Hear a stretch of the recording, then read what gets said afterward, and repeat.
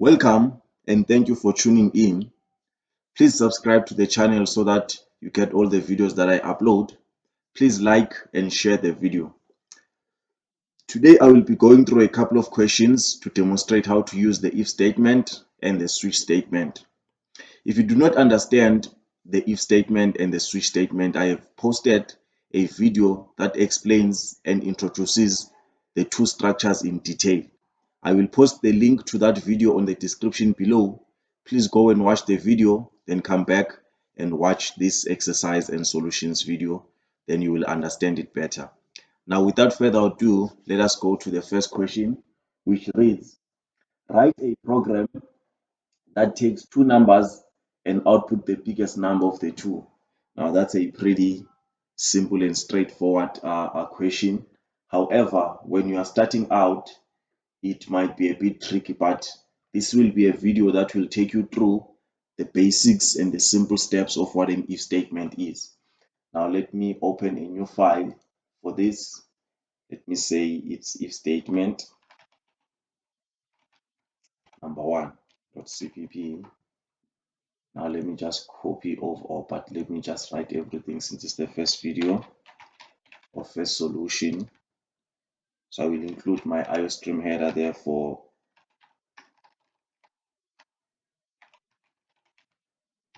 C out and end line, and then I will include the namespace std so that I don't have to write std every time I write C out and end line. I need an int main to run a program in C++, and then you return a 0 once the program is run successfully. So the question says you have two numbers, so I'll just say that's number 1.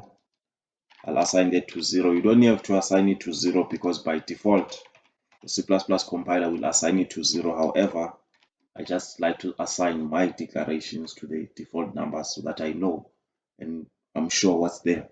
Now, all you have to do here is to compare these numbers and output the bigger number. So there are just two ways quickly to do this. First one is to just compare the two numbers.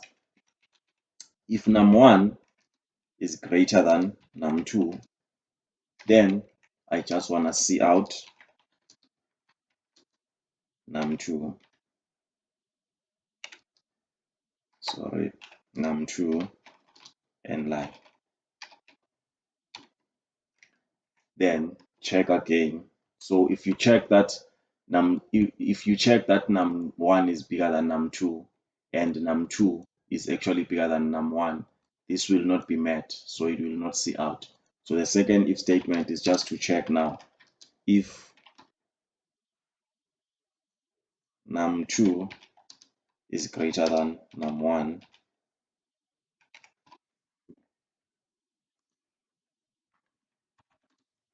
I'll see out num2 here.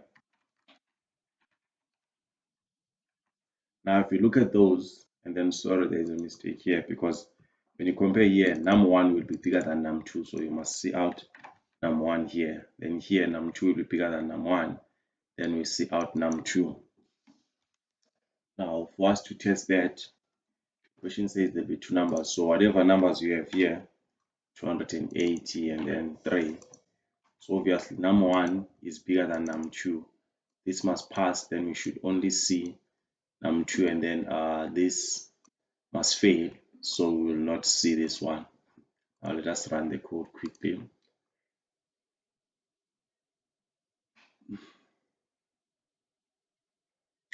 So see out, it says that there is a error. I've highlighted that. Run the code. So as you can see that it only outputted 287 I mean, because that is the biggest number between the two. And so if you swap those and make this one bigger, and then you run, you should see 336, because this statement or this if statement was not met. This one was met, so we see out here. When this one is met, this one will not be met, so you see out here.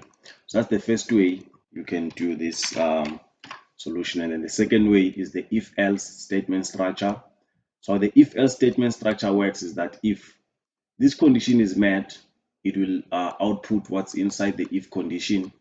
But if it's not met, it has to skip and go to the else statement. So there you just check off one condition. If it fails, then it will go to the else statement, which we know that if this fails, it means that num2 is bigger than num1.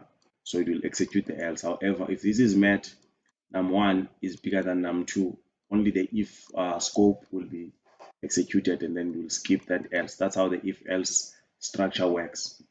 Now let us run that again. We should see 336 still. What is this? Let me clear that. I have not highlighted anything. Okay, run that. So you should see 336, and then let us swap the numbers around. Now num1 is the big one, so only this one must be displayed. Run that. So as you can see, 287. Now that's the solution to the first one. Moving on, the second question says write a program in C++ to check whether a number is even. This is one of the famous questions when it comes to if statements. Now let me create a different file for that. If statement number2.cpp. I'll just copy this part here so that I'm quicker.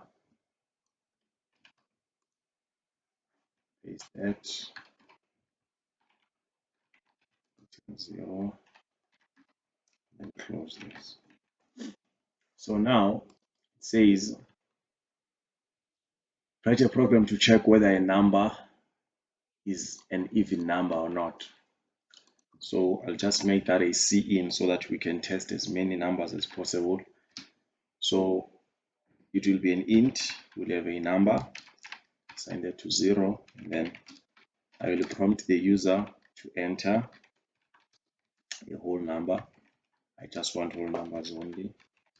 And then on the same line, I will then take the input, cin number, then I will check whether this number is even or not.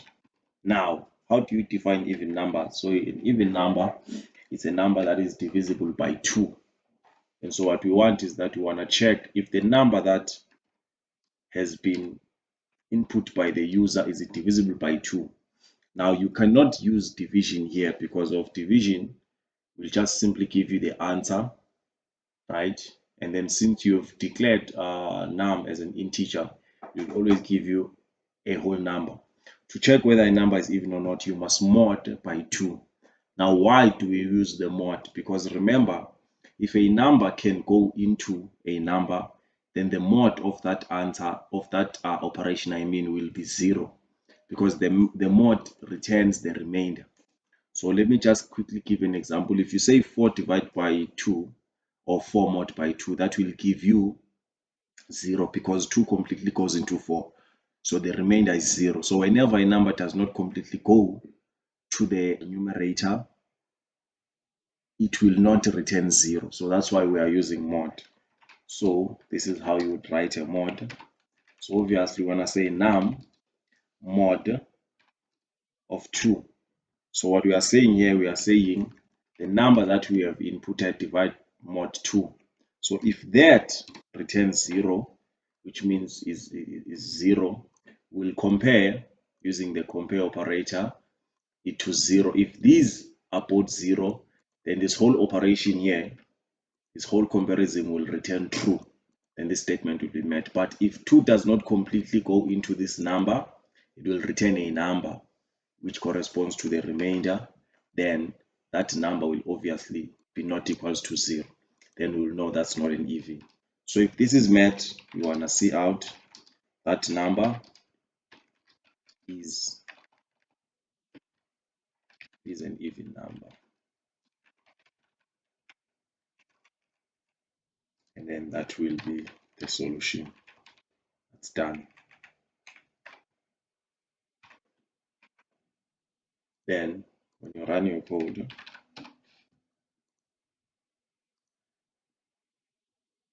uncode, put in 2, then this obviously is the easiest one, should work. 2 is an even. Let me put a space there. Then let's test another one. Let's say 10. 10 is an even number, of course. Let's test another one. Let's say 36 or 46. 46 is an even number, so that should work as well. Now let us test the failed cases. And that, let's start with 43. No display, meaning this failed, so it's not an even number. And then put in 111. That is not an even number as well. You will see there's no display. Let us put in an even number now so that you can see. So there is an even number. So that's how you check whether a number is an even number or not. You multiply 2. When the answer is 0, then that number is definitely an even number. Now what I'm going to do as I looked at this question here is that it's sort of like a complementary to this one, in terms of write a program in C++ to check that whether a number is odd. Now these are sort of completely sort of like the opposite. If a number is not odd, it is even. If it's not even, it is odd.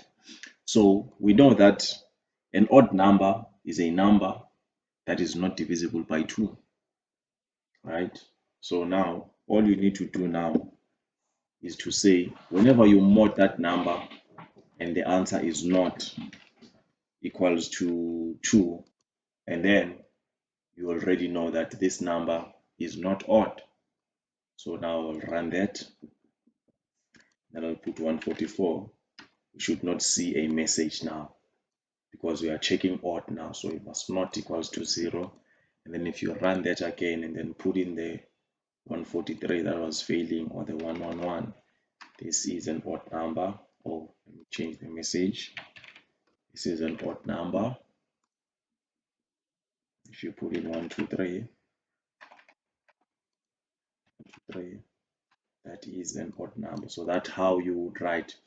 But so that I just not confuse maybe some of the beginners, this is the odd even solution. Then for the odd solution, this is checking for,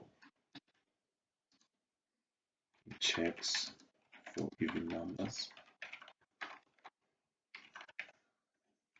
And then this one, duplicate that, bring it down here.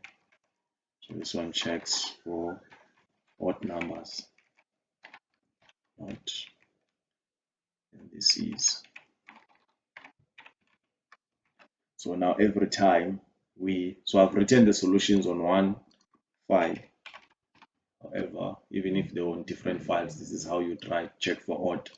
This is how you check for even. Now then, whenever you run, you know that, okay, this is even, then you'll see it's an even number. Then when you run and check, this is a odd number, so it will tell you this is a odd number. So that's how you'd write the solution of an odd number, and then this is a solution to check even numbers. Then moving on to the fourth one now, it says write a program that takes in a number from 1 to 7 and output the corresponding day of the week, with 1 corresponding to Sunday and 7 corresponding to Saturday. Use a switch statement. Okay, now let me go. This is a switch statement. Question number 4. CPP. Copy this part here.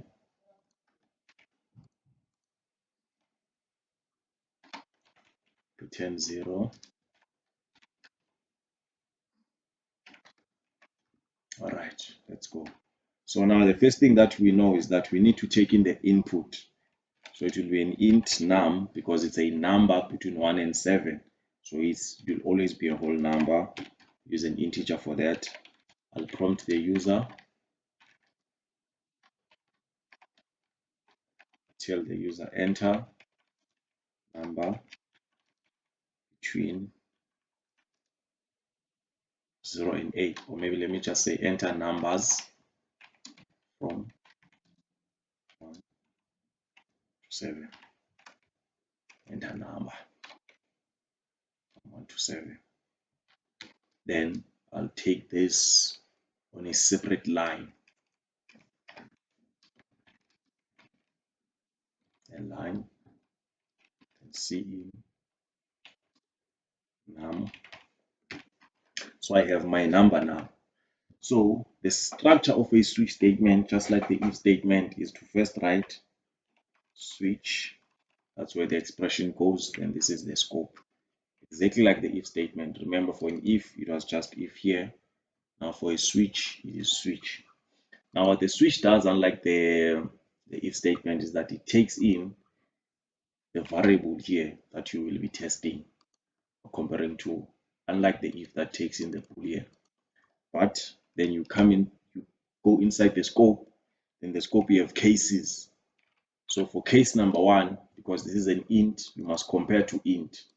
Now we'll say for 1, we know that in our question 1 corresponds to Sunday. Now remember that for cases you must not end this instruction with a semicolon. It is a colon. That's the C++ syntax. So this here cout corresponds to Sunday,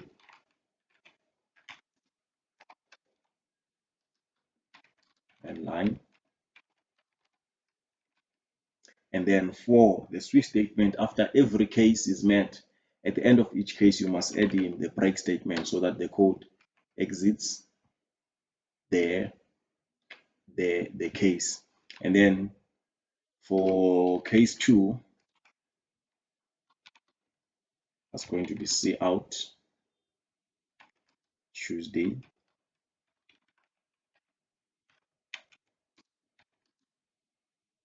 and line, and then break. Now for me to be quick, because now this is going to take me time, so I've written 2 cases, 5 are left. I'll duplicate this 5 times. I'll shift it down. Then I'll just change these numbers to 3, 4, 5, 6, 7. Then duplicate that. 2, 3, 4, 5. I'll shift these here. Then shift this here. Then shift it there. This to 7. Shift this to 6. And then same thing with the break. Shift it here. 4. Shift it there. Shift it here. Here. Shift it here. Now those are my 7 cases, from 1 to 7. Now 3, this is Monday, sorry about that mistake, Tuesday, Wednesday, Thursday, Friday,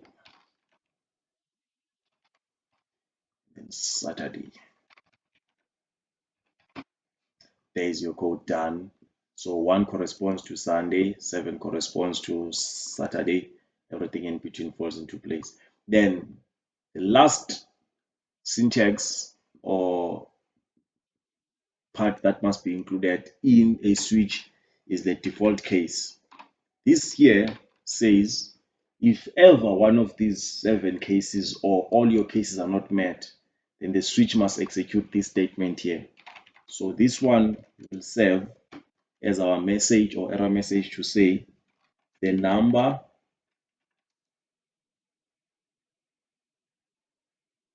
entered is incorrect, or the number, let me include the number actually in this message, the number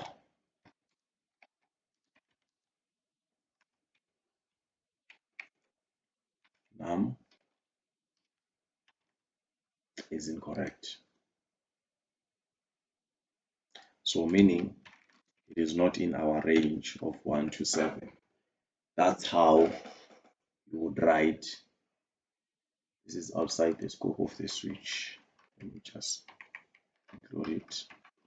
All right, then that is how you would write a switch statement. Now let us test if this works properly. I'll increase my terminal for display. Run the code. Enter 1, that should give us Sunday. Run it again. Enter 7, that should give us Saturday. Now that was the boundary we were given in the question, that 1 corresponds to Sunday, 7 corresponds to Saturday. Then let us test the other days. 2, there is your Monday. Case 2 is Monday. If you put in maybe let's say 5, I've highlighted the Monday there. If you put in 5, that's your Thursday. And if you check 5, case 5 corresponds to Thursday. So how this switch works is that it takes in the variable that you have here, also expression, and compares to the cases. Num equals to 1, no. Num equals to 2, no. Num equals to 3, no. 4, 5. When this case is met, it then executes all the logic that you've written under the case 5 and then breaks the switch statement or goes out of the switch statement. That is the solution to question number 4. Now let us go to the next question, which is number 5. Write a program to find the greater number among 3 numbers in C++. So this is the same question as number 1. However, we have 3 numbers, I mean. So I'll add statement number 5.cpp, and then quickly, just like the last time, copy this part, paste here, increase this window. I want to return 0 here. Right, let's go. So we have 3 numbers now. Int number 1, let's give that 36. Int number 2, oof, give that 700. Int number 3, let's give that 800. Now, you'd obviously use if statements to check the numbers, but now it's not as simple as just checking 2 numbers and then if one is not greater than the other, it means the other one, it means the opposite actually. Right, now let us start with the first 2, num1 and num2. So we know that if num1 is greater than num2, if these were simply 2 numbers, then we would know that num1 is the greater number between the 3 that we have there. However, there is 3 numbers now, right? So this is not enough. So for num1 to be greater than num2, and also for num1 to be the greatest number of the 3, it can't just be compared to num2 only, then that's it. It has to be also compared with num3. So this now is an example of nested if statements, right? An if statement inside another if statement. That's what we call nested if statement. Sorry. Now, if then num2 is also num1 is also greater than num3, then we know that num1 is the bigger number between those 3. Now let us say, now this fails, right? So here we have established that num1 is greater than num2, right? This we have established, right? In this statement, if this fails now, it means that num3 is greater than num1. Now, from the previous statement, we know that num1 is bigger than num2. So this means that if num3 is bigger than num1, it also means that num3 is bigger than num2. I hope that makes sense. So this here is derived from this, that num1 is greater than num2. Right? This here, once we pass this, you already know that between the two numbers, the first two numbers, num1 is bigger than num2. If this fails, it means that num3 is bigger than num1, meaning num3 is also bigger than num2 because num1 is greater than num2. Then on the else now statement, we will want to see out num3. First part of the solution done. So nested if statements done, plus the if else structure. But we have done an if else structure in the previous questions. Then if this fails, right, let me just make it so that I display the else if as well. So you can, but you already know that if this fails, it means num2 is greater than num1. However, there is this thing called the if else statement. So the difference between an else is that an else, once this fails, an else will be executed. But if you have an else if this fails, this will not just be executed on that failure. It will also come and evaluate this condition first before it executes the scope of this if else. Yeah. So if this fails and this fails, both scopes will not be executed. However, if this was an else only, then when this fails, the scope will be executed. However, we know that if the first one fails, the second one will pass. So I just use an else if statement to show the if else statement structure. So now when this fails, it is known and clear that num2 is greater than num1. So this will pass. Now, because num2 is greater than num1, we can't say num2 is the greater number out of the three because there is a third number which we don't know whether num2 is greater or not. So it's the nested if statements again. So now we need to compare num2 with num3. Num3. Then if num2 is greater than num3, then we can conclude now that yes, num2 is the bigger number out of the three. And then if this fails, just like this, right, we know that num2 is greater than num1. So if this condition fails, it means num3 is greater than num2, which also proves that num3 is greater than num1. Because if num1 is smaller than num2 and num3 is greater than num2, it means num3 is greater than num1. Now on the else statement, we can confidently say out num3 and line. Now let us test our solution there.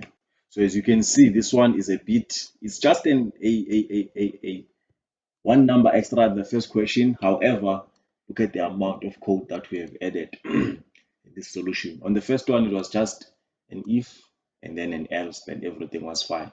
However, here there is nested and if else structures, which is very interesting. Now, if you see out, obviously you would see that this is the greater number, so our solution worked. And then let us make this bigger than num2, and then let's see if we'll still get this one. And then we go, there you go, 862. Then let us make num2 bigger. Now we should see num2 now. Num2 is there. Let us make this one bigger. We should see num1 now. There. So plug and play with different values and see if this solution properly works for everything. But this is how you write the solution using if statements. Let's go to the next question. Next question says, it's a little bit bulky, but says write a program that takes in a salary gross and calculates the net salary according to the following rules. So a salary that is 7,000 or less, net is equal to gross. Okay. Then a salary that is more than 7,000 but less than 18,000, the net is 78% of the gross. Okay. And salary that is greater than 18,000, the net is 62% of the net. All right. Now, write a program. Let me open a file for that. If statement. I think this is number 6. Oh, is this? Okay, I need to get this from here. Rename. So it's number 6.cpp. Now, let me copy that top part. And then return 0. Close the scope. All right. Now I need to take in a salary. Now a salary cannot be an int because it can be 4,550 or 4,550.38 cents. Now I'll give that a double. This is my salary. I'll just assign that to 0 as well. And then I will prompt the user to enter their salary. Then I'll take that in the same line. In salary. Then I'll go to my rules. Now the rule says if a salary is 7,000 or less, the net is equals to gross. Okay. Or enter gross salary. Yep. Then if your salary is less or equals to 7,000, right? Then see out that your net is equals to the salary.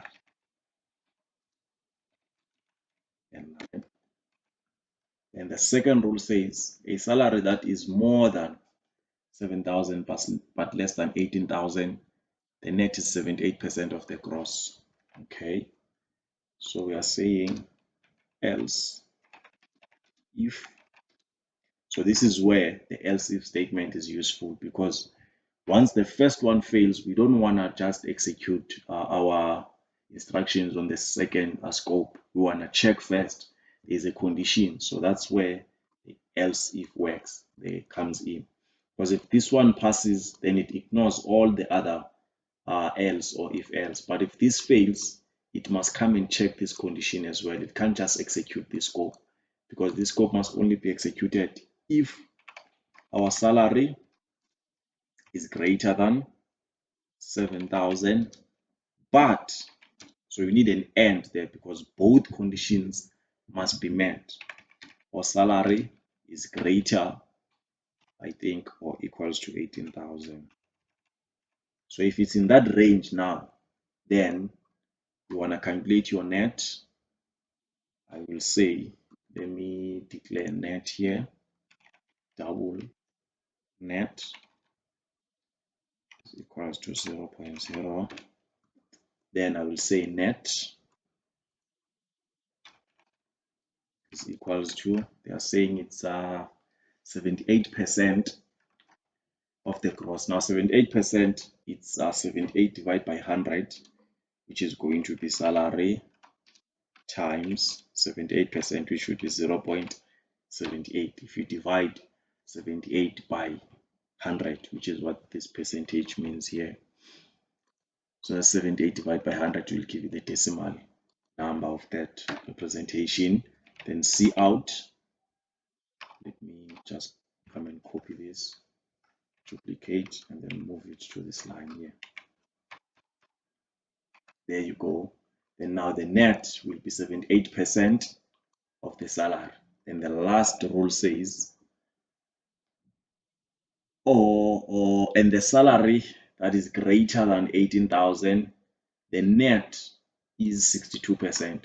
So now we obviously know that if the salary is not 7,000 or less, it will either be greater than 7,000 or less than 18,000. If it's not, wait. The salary is okay, yeah, greater. If the salary is greater than, if it's not between 7,000 and 18,000 and it's not less than, so it obviously means it's greater than 8,000 because we don't have negative salary, right?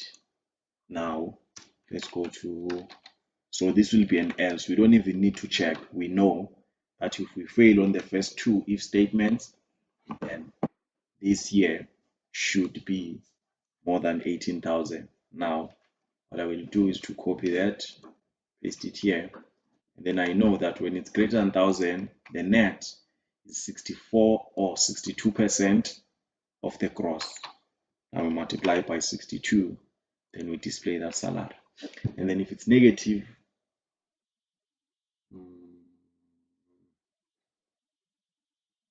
let me just also account for the negative just in case someone enters negative, which I won't, but salary, if salary is less than 0, meaning it's negative, then no, let me not first include this. I'll include this after showing you this solution works. That's just an extra to the question, which I don't think there's someone who can enter negative salary, but hey.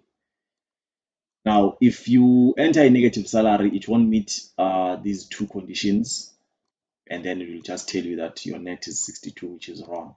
But assuming that someone will only enter positive numbers, so if you are not earning 7,000 or less, and you are not earning between 7,000 and 18,000, you are obviously earning more. So we'll calculate your net with that 62%.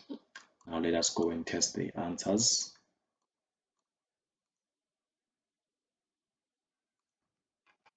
So if you are earning 5,000, your gross should be just 5,000. There's your 5,000. It met the first if statement, meaning now if it meets the first statement, it should not check or go to the other statements or other conditions or the else statement. It should just execute this scope and then move on to the return line. Now let us enter a second one, which I've calculated quickly, 17,500. So now 78% of 17,500 is 13,650. Let's see if the second if statement is met. It is not met. What is going on? Oh, so what I did, if you look at that, is that I'm always outputting salary. So on these two, I need to output the net. So it must be the net here because now we need to output 78% of the salary. But the salary itself, even here, must output the net, which is 62% of the salary. So apologies for that. Let me run again.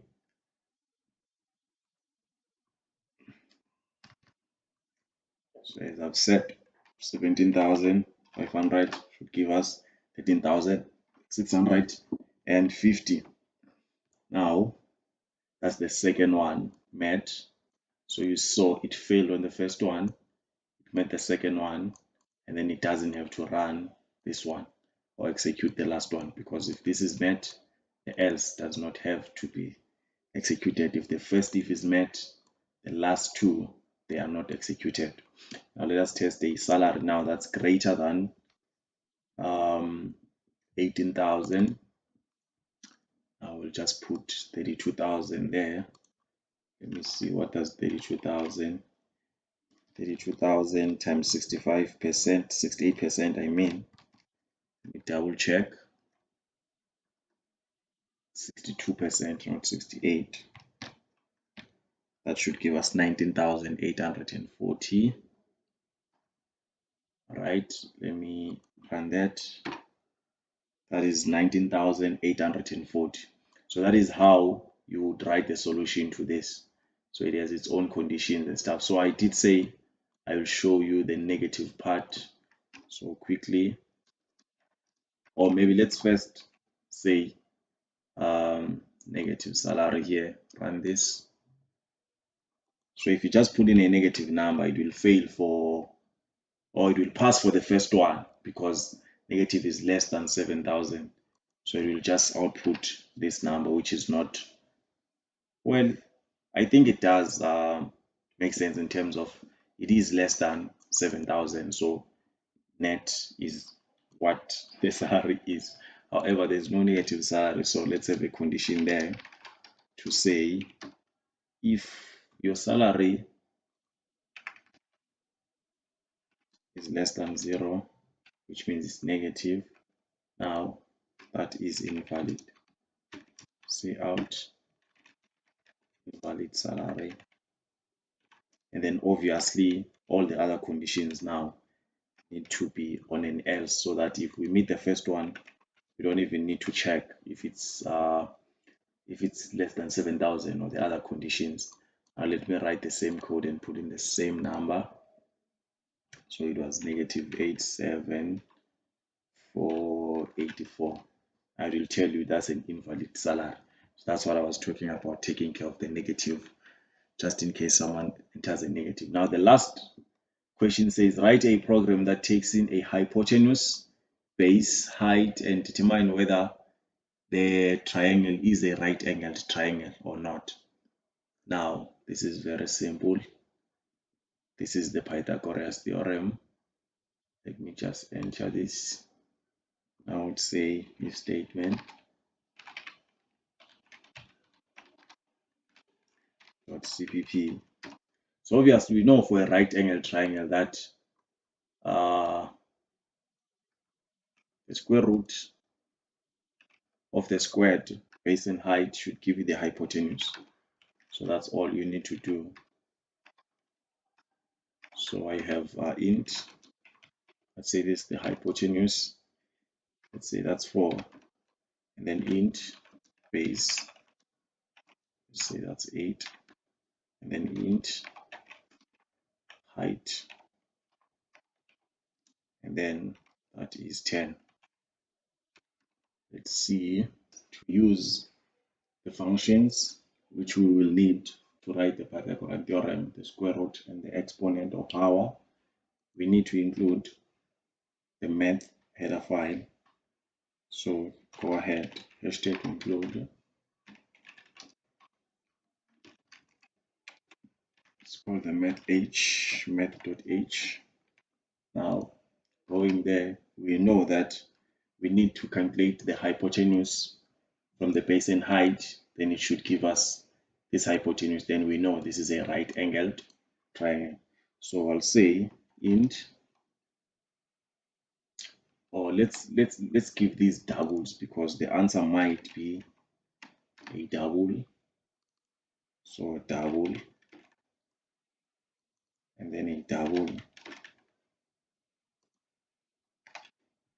Let's do that. Say this is 0, 0, 0. So now those doubles, then we must have a double, right? Calculated hypotenuse, then that should be square root, and then because the base and height must be raised to exponent 2, so you need the power for doing that. So base exponent 2 plus height exponent 2. Now that will give us the calculated hypotenuse. Now you obviously need to compare with this given hypotenuse here. Who is the calculated hypotenuse equals to the given hypotenuse. Then if those two are equal, then you see out this is a right angled triangle, and then end your instruction. That should do. So from the question you can see that the height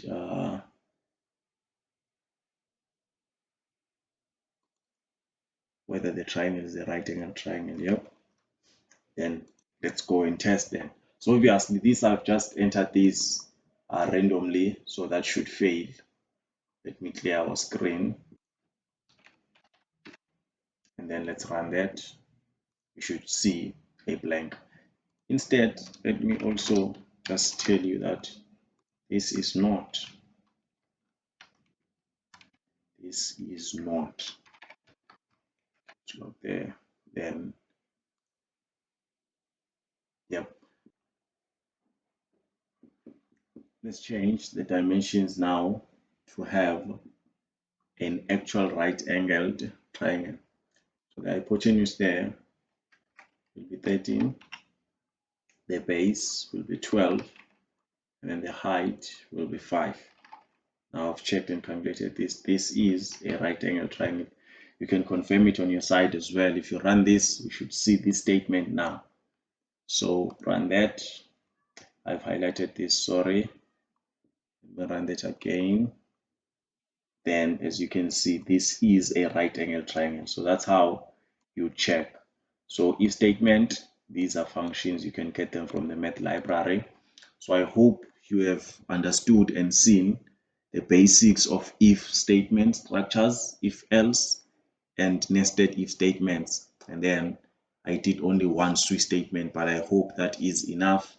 I hope you enjoyed the video. Don't forget to subscribe to the channel and like the video. Thank you.